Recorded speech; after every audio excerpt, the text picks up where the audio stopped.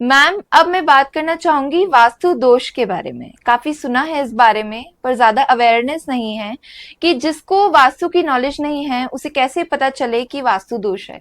जी। जैसे हम कुछ कुछ चेंजेस को लेकर समझ सकते हैं कि हम घर के बाहर तो बहुत अच्छा फील हम्म। करते हैं, लेकिन घर के अंदर आते ही हमें थोड़ा ऐसा नेगेटिव फीलिंग आती है, नेगेटिव थॉट्स आते हैं, थोड़ा डिप्रेशन सा लगता लो है, एनर्जी। लो एनर्जी फील हाँ। करते हैं। हम किसी से बात करने, कोई तो हमसे बहुत खुश होकर बात करना चाह रहा, लेकिन हमारा उतना मतलब हम मन उतने नहीं ही है। रिस्पॉन्स उसको इतने उत्साह से हम नहीं कर पाते हैं। तो एक वो कारण भी हम कर सकते हैं कि ऐसा क्यों होता है कि घर के बाहर तो मुझे बहुत अच्छा लगता है, खूब नए नए आइडियाज आते हैं, लेकिन जैसे ही घर के अंदर आए वो सारी चीजें चेंज हो जाती हैं। एक ये हम मान सकते हैं कि एक ये दोष हुआ।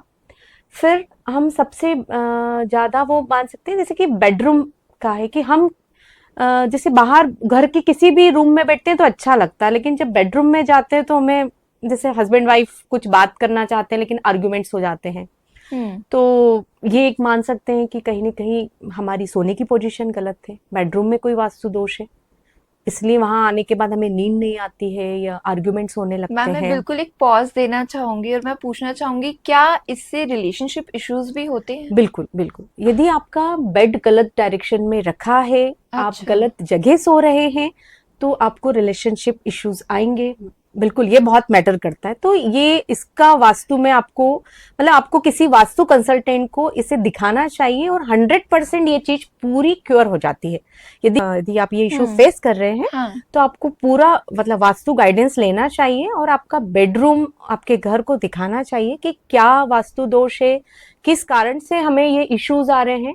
तो ये 100% क्योर हो जाते हैं यदि आपके यहाँ ये दोष है तो।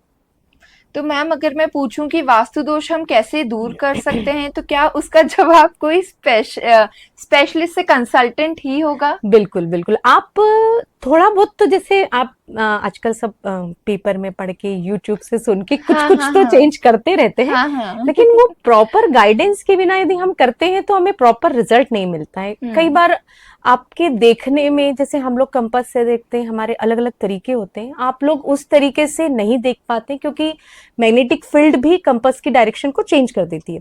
तो हम लोग अलग अलग तरीके से उस डायरेक्शंस को देख के समझ के कि वाकई प्रॉपर में वो क्या डिग्री बता रहा है, एक आम आदमी के लिए ये मुझे लगता है कि थोड़ा डिफिकल्ट होता है। एक जनरल कर सकते हो कि यहाँ तुलसी का पौधा रख दिया या यहाँ हमने ये रख दिया कि इससे पॉजिटिव इफेक्ट्स आ रहे हैं, लेकिन एक जब प्रॉपर हम वास्तु दोष या प्रॉपर हम किसी चीज को करेक्ट करना चाहते हैं तो मुझे लगता है कि एक किसी कंसल्टेंट से हेल्प लेके ही करें तो ज्यादा बेटर रिजल्ट मिलते हैं।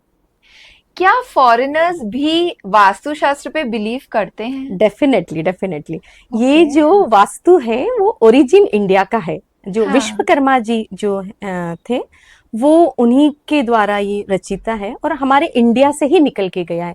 लेकिन आप विश्वास करेंगे कि बाहर इस चीज का बहुत स्कोप है, मतलब इंडिया में ये चीज कम हो रही है और बाहर इस चीज को बहुत मान अच्छा। रहे हैं। वो लोग वास्तु, एस्ट्रोलॉजी इन सब में बहुत बिलीव करते हैं और वाकई उस चीज का फायदा उठा के काफी सारी प्रॉब्लम्स को सॉल्व करते हैं। तो हमारे यहाँ से वहां ज्यादा इस पर चीज का है, यहाँ लोगों का बिलीव कम अवेयरनेस है, नहीं है, अवेयरनेस भी वहां नहीं ज्यादा है। अवेयरनेस है। मैम, क्या कार्मिक थ्योरी जो होती है, एक कर्म जो हमारे होते हैं, क्या उसको हम वास्तु से कोई रिलेट कर सकते हैं? बिल्कुल, देखिए कर्म थ्योरी हमेशा ऊपर होती है, कार्मिक थ्योरी ही सब कुछ है।